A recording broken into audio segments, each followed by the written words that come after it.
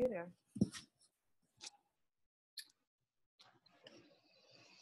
Okay, hi. Hi, ISC classmates. Actually, you know what? Let me change the gallery view so both of us are here. I am delighted that we have an opportunity to spend some time with Kurt Johnson. He was hoping to be able to make it to class, but since it was a conflict, we found a wonderful solution, which is to do a pre-class Zoom recording on interspirituality.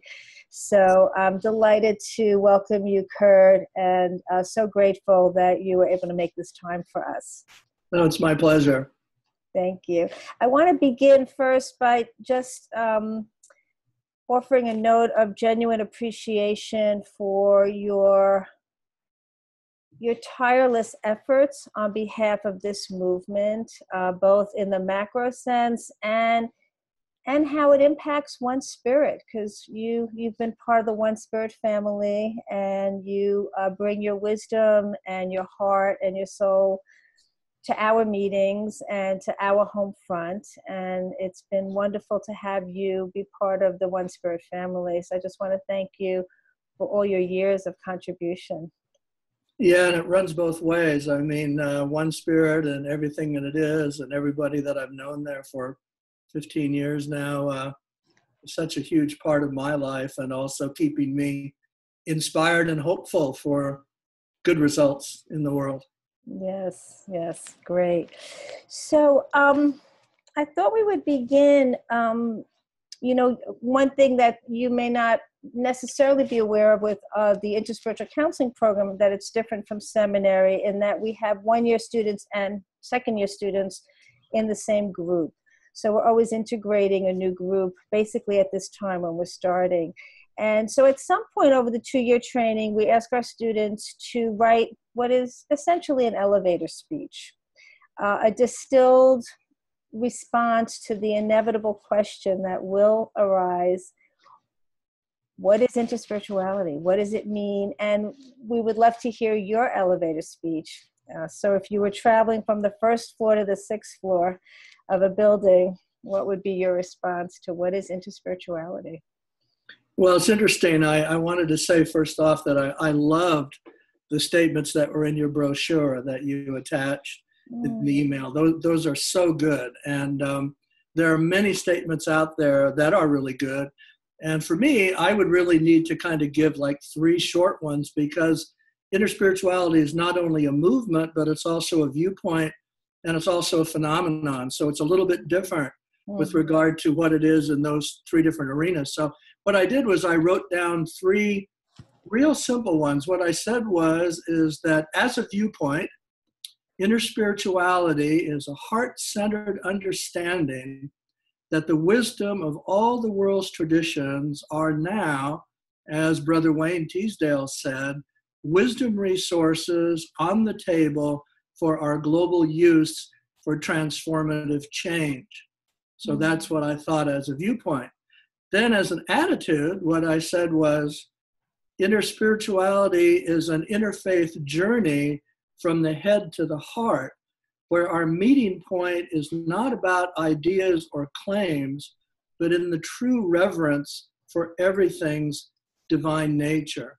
Beautiful. And then as a phenomenon, and this is actually more recent, just in the last few years, as a phenomenon, even if you didn't know about interspirituality itself, it is actually the inevitable phenomenon of what happens to religion and spirituality as our world inevitably goes global and multicultural.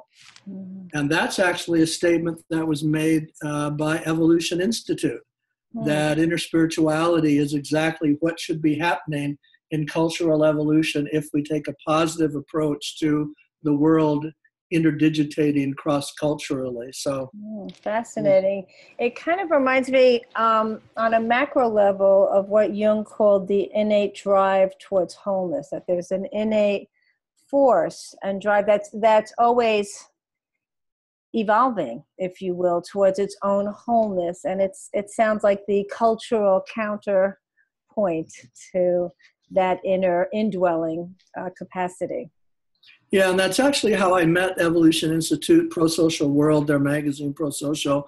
They're heavily endowed by the Templeton Foundation, which I think, as you know, studies religion sociologically. Yes. And they had discovered interspirituality through my book and other books, and just had the instant recognition that if modern evolutionary theory is true about how there's positive change toward how people get along as things complexify, one of the inevitable movements was religion would have to go post-exclusive and would have to become very pluralistic and inclusive, where there was room for reverence for everyone's point of view.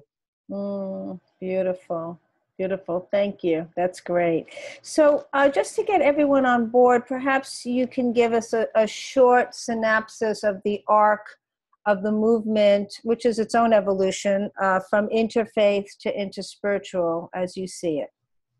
Yeah, I think, this is pretty straightforward that, when the world emerged after World War II into a cosmopolitan civilization, it became very evident that the interfaith movement was a part of what had been so many cultural silos and religious silos, inevitably having to get along better and find better ways to deal with things than war. And the United Nations was a part of that. We moved into a whole new era of treaties and agreements and global associations. So interfaith in that sense was inevitable, but it started out really as an exchange of ideas, getting to know each other, hoping for tolerance, hoping for people could get along.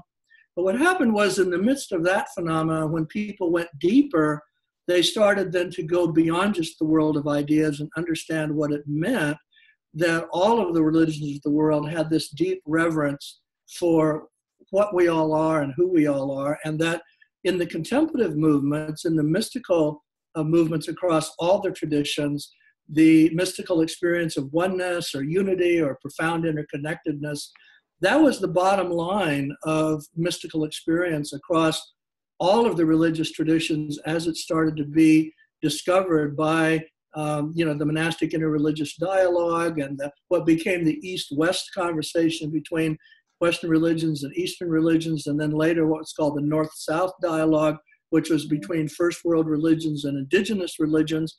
Once all of these things were on the table, it became very obvious that the bottom line was profound interconnectedness, and that the real place where that happened was in the world of the heart and in the world of love and people actually really getting along, which is deeper than just tolerance or understanding each other. So I think a lot of people know that after Vatican II, there was the beginning of what was called the foundationalist discussion, where leaders from all the world's religions started to discuss what all the religions had in common, which is where that term foundations came from. And the theologians tended to get hung up on differences in ideas, but the mystics, and this was the whole crew that really were the founders of interspirituality, Raymond Panikar and Thomas Merton, Bede Griffiths, Wayne Teasdale, and then Father Thomas Keating, really showing that you can have all the different ideas in the world, and yes, you'll disagree on theological points, but the bottom line of this profound unity was in that heart-centered understanding of the mystical sense of oneness or unity. And so that carried the movement for, I would say, maybe up until about the last 5 years. And then the last 5 years, there was a huge transition where everybody in the world started to get it. Everyone started to get interspirituality, whether you called it interspirituality or not. So spiritual but not religious, universal spirituality, trans-traditional spirituality, multiple belonging, nones or the non-affiliated, all of those became a part of this phenomenon. And so what happened then was that everybody really started to then take a pragmatic approach. And the pragmatic approach, I really saw it in the last few years in the emerging church in Christianity, was just the realization that a bunch of competing truth claims at a global level wasn't going to work. That you couldn't have 7, 8, 9, 10 different ultimate claims about reality from world religions that would not have a good result. And so pragmatically alone, this thing started to drive, particularly in the last 2-3 years, the fact of finding a way that we could look at the religious phenomenon outside of those boundaries. And so that kicked the whole thing up another notch. So I would say now, interspirituality, it's just a given, even if it's not known by that name. And it's come that very, very interesting route, which, again, if you look at it, is a real dropping from the head to the heart. Well, they say those 18 inches from the head to the heart may be the longest journey on the planet. Really? Yeah, but I love that, because one of the tenets out at One Spirit, both in seminary and in ISC, and I think one of the reasons why our students have deep transformational journeys, is that we very much embody that particular teaching. We like to say we love the divine mind and we love the world of ideas, but we always anchor our presentations in heart-centered experience we believe that is the way to really activate and awaken transformation. And that's a very core part of how we teach at One Spirit. Yeah, and that's also where the payback is. I think all of us know that when you come into this true embracing of the other, no matter what their point of view might be, what their narrative might be, what songs they sing or food they eat or how they worship, the real payback at the level of love is experiencing the collective outside those types of head boundaries, where the only thing that's really real is the world of the heart and caring. And when you see that, you actually see the best of what humanity probably has to offer as a species going forward. I mean, we'll either fragment as a global civilization, or we will, move toward melding as a global civilization. At the UN, they call that the hard landing versus the soft landing in globalization. And, we're just hoping, as Ken Wilber says, it's really spirituality that's the conveyor belt to that best result. Yes. And so when we act that way, and when our relationships are in that context, then there's already the immediate payback of that feeling, the love, the fulfillment, and the camaraderie at a global level. Yes, and greater presence and greater capacity to be responsive to the world exactly as it is. What would you say, I mean, you've kind of begun to touch upon this. It seems like the movement itself is accelerating, and that there are unique pieces to the interspiritual movement that are happening now that are true to this time. And I'm curious what those are, if you could highlight them for us, and what feels particularly exciting for you, having been doing this work for so long. Yeah, well, what's happened again, and it's been wonderful, is that in the last few years, a tremendous amount of resources have come into this work, not only by people who are driven, let's say, by the deeper realization, but also people that are driven by the pragmatics of how necessary it is. And so we're at a level now across a number of networks and associations at a global level where there are really significant resources, and particularly media resources, to get this homogeneous message out. And a lot of us see that where this is going is probably a lot of major networks that are very persuasive as a part of that narrative, getting stronger and stronger in their part of the public narrative and helping drive this convergence, as we call it, forward. So the one on my end, of course, is Unity Earth. And Unity Earth, which just keeps expanding, will be hosting a whole day at the Parliament of World Religions, and we have 5 new agreements that we're announcing there with United Religions Initiative and Contemplative Life and Humanities Team, and the list goes on and on. But all of these groups have decided there's so much more they can do working together than working individually. And all of them have seen in the last, again, 5 years, this dropping away of egoic relationships and competition, and who's going to get the credit and who's going to get top billing. And instead, a real desire and love of working together as a collective and doing things in group mode. It's really quite a revolution. So Unity Earth, which is at www.unity.earth, real easy. So many programs globally now, 3 magazines, which are doing very, very well. Our program on Voice America that had 100,000 listeners last year. We're really able now to drive this conversation. And we're lucky because we're actually riding the wave of what's inevitable. If the world's going to get along, it's going to get along. And it's going to find the narratives that actually foster that getting along. And interspirituality is one of the major ones. So I'm pleased about that. I'm busier than ever. but I'm surrounded by unbelievably dedicated people and people who, instead of enjoying their retirement, like I am myself at 72, still going. But people who really are putting the effort and resources in, because the hope is that we can get it right at a global level and not have some type of catastrophe ahead of us. Yeah, wonderful. That is very exciting to hear. So in our program, we look at, and we're often in deep conversation about what are the competencies, what are the spiritual competencies that support each of us individually to show up in our own fullness with our hearts as big as they possibly can be, especially as we sit at the feet of suffering. You know, we often say the more experienced and successful you are as a spiritual director, a spiritual counselor, the more intimate you are with pain. The more privileged you are to really hear the depths of people's suffering.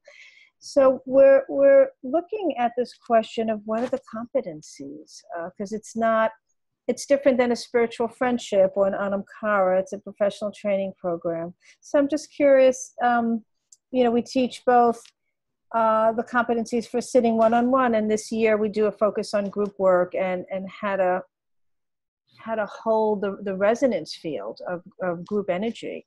But any thoughts about how interspirituality informs and inspires the work of spiritual direction and spiritual counseling? Yeah, absolutely. And I've had the pleasure of, doing a couple other stints with you guys on this. And, what's common to that and very, very obvious is when you move into the interspiritual context, it takes you away from a conversation that's just about belief or just about a concern for salvation or some promises that have been made to you at the level of belief or old-time religion. Takes you away from that kind of a conversation, which would be the old-time I, God conversation, into something that's far, far more intimate. Like you said, it's really at the level of presence and well-being and true happiness and true stability, and asking the questions, what those are at the nuts and bolts level of day-to-day living, outside the world of ideas or promises that have been made to you theologically. And so that the adventure then is the going deeper into the exploration of well-being. What is well-being? What is stability? What is happiness? And what are the things that actually allow the person to experience those right here and right now in real time without having to project into some other dimension? I think everybody knows that you can have all the religious promises in the world and all kinds of things showered upon you, but if you yourself aren't in well-being and you yourself aren't in deep happiness and in deep stability, you aren't that yet. And so I think the wonderful thing is that the interspiritual context, or the context of all these wisdom resources, allows you to really go toward that goal. So usually the conversation between a spiritual director or a interspiritual counselor at this level is a lot like that between a spiritual teacher and an aspiring student. The student comes to a spiritual teacher because usually they want what they see the spiritual teacher has. They see the spiritual teacher is happy, he's in fulfillment, he's in well-being, he's in presence, he's in a real space, and the person wants that other than just promises. So that's a deep journey that's taken between two people when they're, call them friends, call them counselor and counselee, whatever you call them. But even with younger people now, and a lot of the work that we've done, like with Adam Bucko and Roy McKenty and a lot of other people, where they will say, well, I just also did a video with 3 millennials leaders on this. It's in our last magazine. But younger people, for instance, even, they want someone to share the journey with, but not someone who's going to tell them what to do. Yes. They want to share the journey as a learning experience of equals, and of sharing just wisdom and discoveries as you go down that road. So I think that really says it. And certainly what I've seen of the interspiritual counseling program at One Spirit, it's very oriented toward that. And particularly if you look at communities that have spun off of One Spirit, like, like Joanne Barrett's community, or Spirit in Community, or, Garrett Foster's group, Foster Garrett's group. All of these have that tonality to them, that it's the real time, true well-being that's sought after. Yeah, well, you hit on something very important, which is one of the mantras of our program, that you can't companion people where you haven't been yourself. And people know, they know the difference between something that's intellectually known and something that's a living, embodied knowing. There's a real difference between the two. Yeah, so thank you. My pleasure. Is there anything else, Kurt, that you would love to just share as some final parting thoughts? Well, one thing, and again, I say it because of my experience with students and graduates, is there's such an incredible potential for what each of you can do in a personal ministry or mission as you really project outward where you want to take this vision and what you want to do with it. I mean, there are so many people that have come out of One Spirit. I could name names. We don't even want to get started. That they really have built something that is new and that really deeply addresses what the world needs right now. So I would say never underestimate what you can do with the bag of tricks and competencies that you've gotten through One Spirit, and then also this program. You can not only affect people's lives at the level of their own personal and community lives, but you can affect lives at the bigger and bigger institutional level. And that's what we need. A lot of us who are older, we're not going to be here forever. So we need a crop of new folk and new leaders who are out there with the spirit of this and also the energy of this. So we need all of you. So think big. Wonderful. I have one final question for you, a personal question. How do you find a way to be joyful in such a painful world that we're living in? What have you discovered for yourself as the rudder to your ship, as a place where you land? Well, two things. I'm very, very lucky, probably because of the years that I was a monk. I was a monk for more than 10 years. That my personal needs are very simple.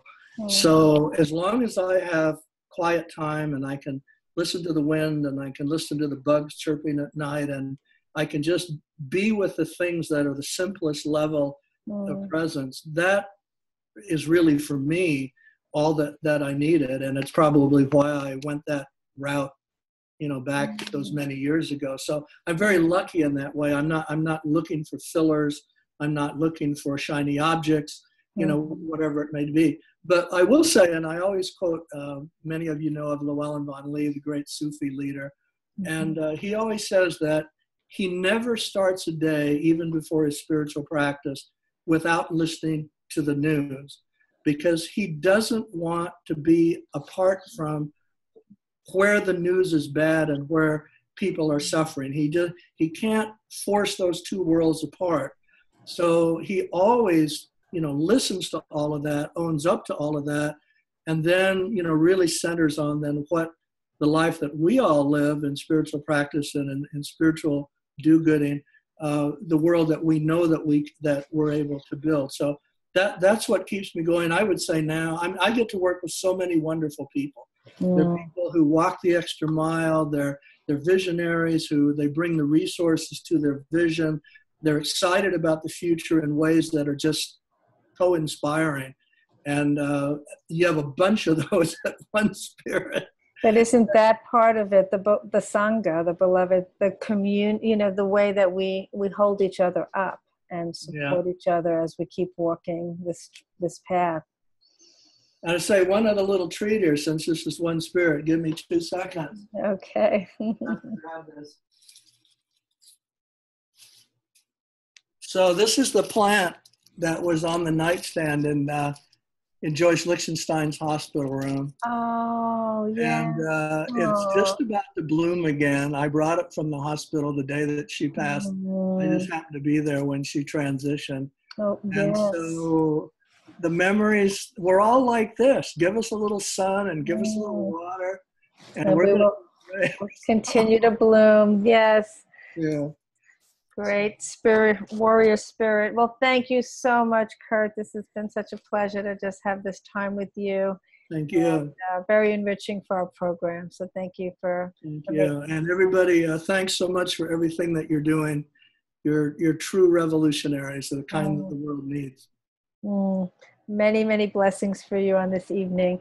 So have a lovely night. You too. All righty. Thank you. Bye-bye.